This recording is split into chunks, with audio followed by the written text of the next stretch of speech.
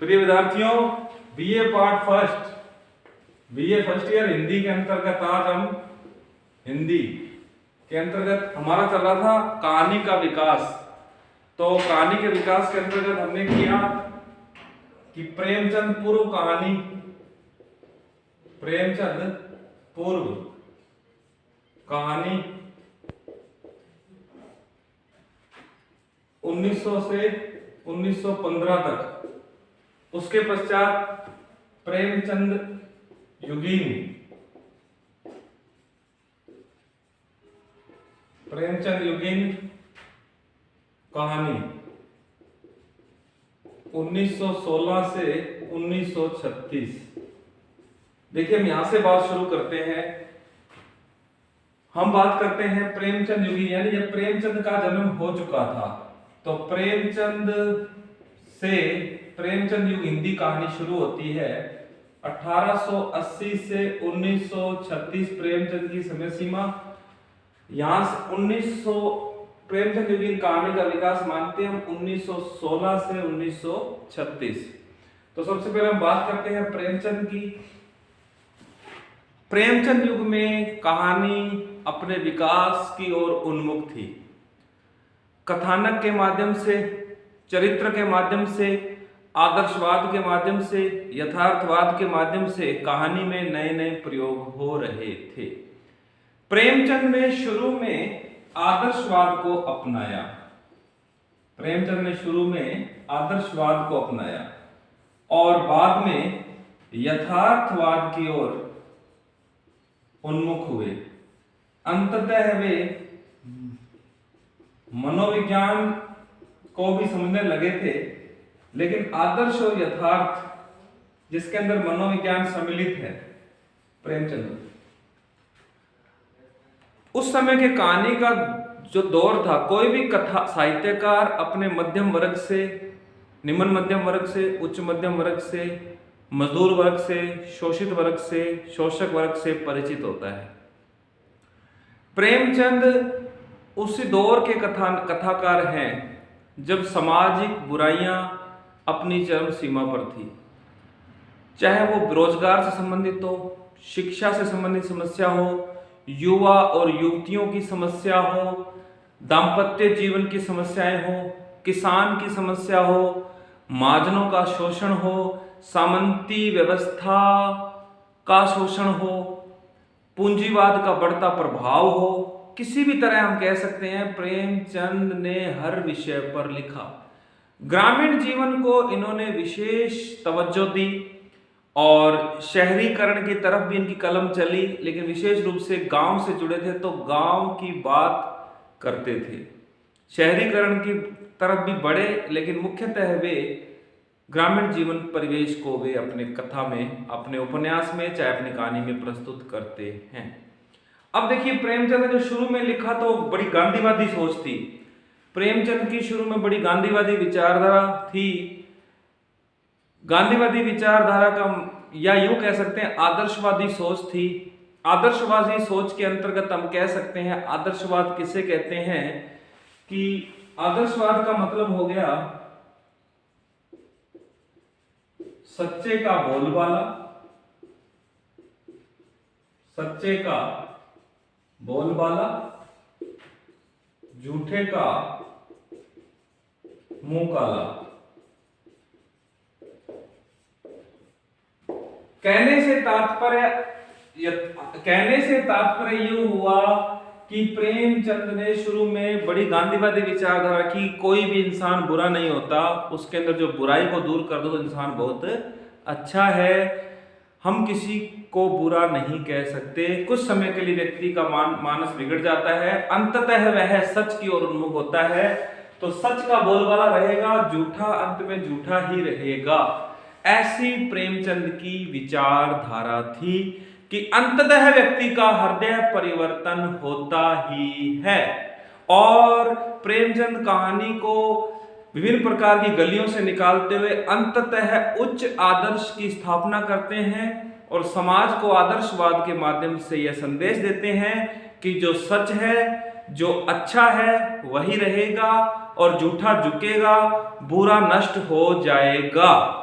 देखिए इसके अंदर हम कहानी ले सकते हैं। कहानी थी इसके अंदर सौत ईश्वरीय न्याय,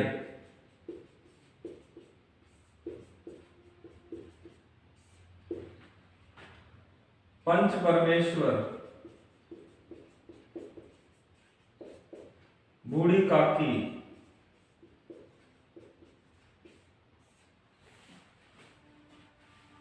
सौत ईश्वरीय न्याय, पंच परमेश्वर, बूढ़ी काकी, आत्माराम। कहने से तात्पर्य इन कहानियों के अंत में जब हम जाएंगे तो बुराई पर अच्छाई की विजय दिखती है कि जो अच्छा है, राम और रावण में से अंत में राम जीतेगा, रावण हारेगा। ये आदर्शवाद है। अब देखिए प्रेमचंद आदर्शवाद की यात्रा करते करते अंततः आ गए यथार्थवाद की तरफ। फिर चरित्र का सूक्ष्म विश्लेषण यहां होता है। चरित्र का सूक्ष्म विश्लेषण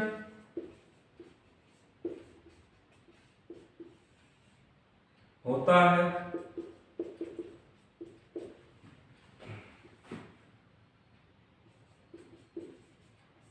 सच को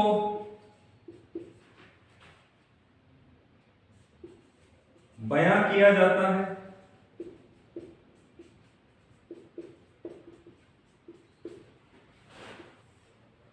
परिस्थिति को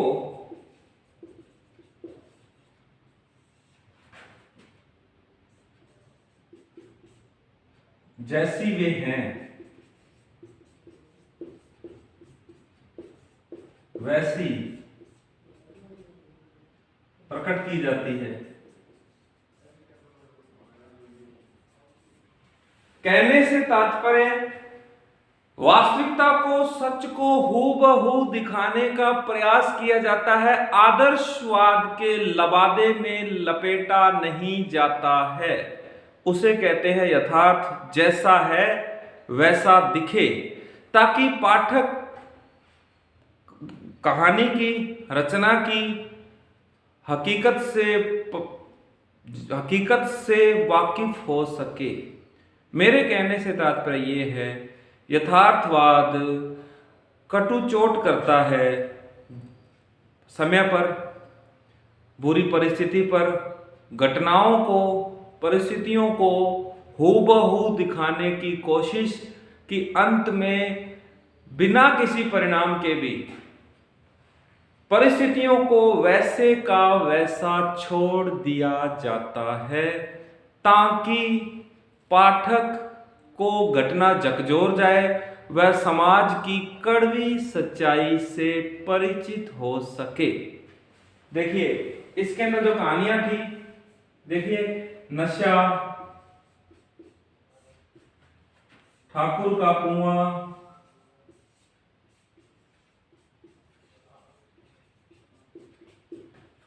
पूस की रात, कफन, ये कहानी है। प्रेमचंद ने कुल मिलाकर के लगभग 300 कहानियां लिखी। प्रेमचंद ने कुल मिलाकर के लगभग 300 कहानियां लिखी, जो मानसरोवर के नाम से 8 खंडों में या 8 भागों में प्रकाशित हुई हैं।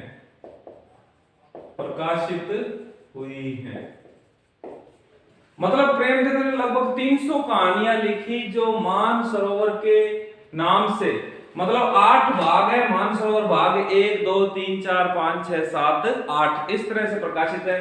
हालांकि प्रेमचंद ने पहले कुछ कहानी संग्रह भी निकाले थे, उन सब का कलेक्शन, उन सब को इकट्ठा किया गया मानसरोवर के नाम से। देखो प्रेमचंद ने शुरू में कहानी संग्रह निकाले थे, जैसे समर यात्रा, सप्त सरोज, नवनिधि, प्रेम पूर्णिमा,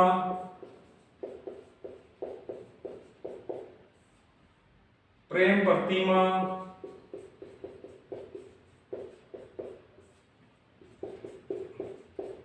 प्रेम द्वादशी, प्रेम पचीसी, मानसरोवर, कफन। हम देख सकते हैं कि प्रेमचंद के पहले ये कथा संग्रह प्रकाशित हुए थे। समर यात्रा, सप्तसरोज, नवनिधि, प्रेम पूर्णिमा, प्रेम प्रतिमा, प्रेम द्वादशी, प्रेम पचीसी, मानसरोवर और कफन। बाद में इन रचनाओं का संकलन मानसरोवर के नाम से 8 भागों में प्रकाशित कर दिया गया। प्रेमचंद का मूल नाम धनपत राय था। वे उर्दू में नवाब राय के नाम से लिखते थे। 1907 में इनका सोजे वतन उर्दू में जो प्रकाशित हुआ कहानी संग्रह, उसमें राष्ट्रवादी विचारधारा के कारण, या यूं कहें कि देश के अंदर आजादी पैदा करने वाले जज्बे के कारण अंग्रेज सरकार ने उसे जब्त कर दिया। इसलिए वे बाद में प्रेमचंद के नाम से लिखने लगे। तो प्रेमचंद आदर्श से यथार्थवाद की ओर उन्मुख हुए। आदर्शवाद तक ये काफी समय तक रहे थे, बाद में यथार्थवाद पर आ गए। प्रेमचंद की 300 कहानियां हैं। मैंने कुछ कहानियों का यहाँ उल्लेख किया है। 300 सुजान भगत, शतरंज के खिलाड़ी, बाबा जी का भोग, सवा सेर गेहूं, बड़े भाई साहब, बेटों वाली विधवा, कजाकी आदि आदि बहुत सारी, गोली डंडा, बहुत सारी कहानियां हैं। मैंने इसमें कुछ कहानियों का आदर्श और यथार्थ के अंदर उल्लेख किया है। सामान्य सी बात है, जैसे बूढ़ी काकी की कहानी है कि बहू का मन बदलता नहीं है, और बूढ़ी काकी को जब वो अंततः कहानी में देख लेती है, मैं कहानी को संक्षिप्त में 1 मिनट में बता रहा हूं कि बूढ़ी काकी जिसको खाने के लिए मना किया जाता है, आधी रात को जब वो जूठे बर्तनों को चाटती हुई देखी गई, जूठे बर्तनों से भोजन उठाती हुई, जूठे टुकड़े उठाती हुई देखी गई, तो अंततः बहू का मन बदल गया कि वो आज मुझे बहुत बुरा लग रहा है कि बूढ़ी काकी जूठे बर्तनों में से खा रही है हमारे कारण, और उसने थाल भर के भोजन ला के दिया और बड़ी संतुष्ट हुई। अंततः बहू का हृदय बदल गया। तो यह आदर्शवाद हो गया। यथार्थवाद के अंदर हम बात करें तो यथार्थवाद के अंदर पूस की रात है, चाहे कफन है, चाहे ठाकुर कुएं नशा है। कफन के अंतर्गत हम देख सकते हैं कि बेटा और बाप बैठे हैं, बहू प्रसव पीड़ा से मर गई और कफन के पैसे जुटाने समाज में निकले, और कफन के पैसों से अंततः शराब पी ली गई, और बाप ने बेटे से कहा कि बेटा देखना वो सीधे स्वर्ग जाएगी, और वहीं पर दोनों लुढ़क गए, गिर गए। ठाकुर का कुआं कहानी में गंगी एक पात्र जो ठाकुर के कुएं से रात को पानी भरने जाती है, और अंततः डरती मरती बाल्टी वहीं छोड़कर भाग आती है, और उनके परिवार वाले गंदा पानी पीने के लिए मजबूर है। निर्णय नहीं निकला कि पानी ले आई, लेकिन यथार्थ ये था कि परिस्थितियां विकट है। तो हम समझ सकते हैं कि प्रेमचंद पहले आदर्श को भोग रहे थे, बाद में आदर्श का लबादा छोड़ा और यथार्थवाद की तरफ आ गए। तो मित्रों, विद्यार्थियों, हमने बात की प्रेमचंद की। देखिए, प्रेमचंद के बाद बहुत सारे हमारे पास प्रेमचंद युग के रचनाकार हैं, जिसमें से मैं मुख्य नाम लिख देता हूं। प्रेमचंद के बाद जयशंकर प्रसाद,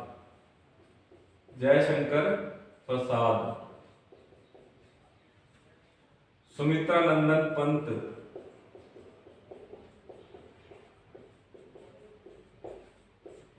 सूर्यकांत त्रिपाठी निराला, उपेंद्र नाथ अश्क, पांडेय बेचन शर्मा उग्र, राहुल सांकृत्यायन, चतुर्सेन शास्त्री,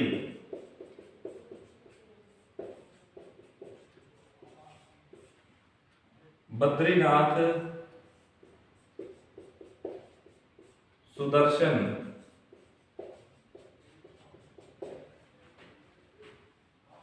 उषा देवी मित्रा,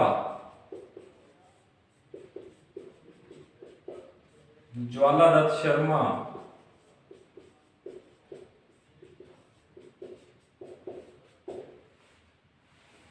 जयशंकर प्रसाद पंत, सूर्यकांत त्रिपाठी निराला, उपेंद्र नाथ अश्क, पांडे बेचन शर्मा उग्र, राहुल सांकृत्यायन, चतुर्सेन शास्त्री, बद्रीनाथ सुदर्शन, उषा देवी मित्रा, ज्वाला दत्त शर्मा।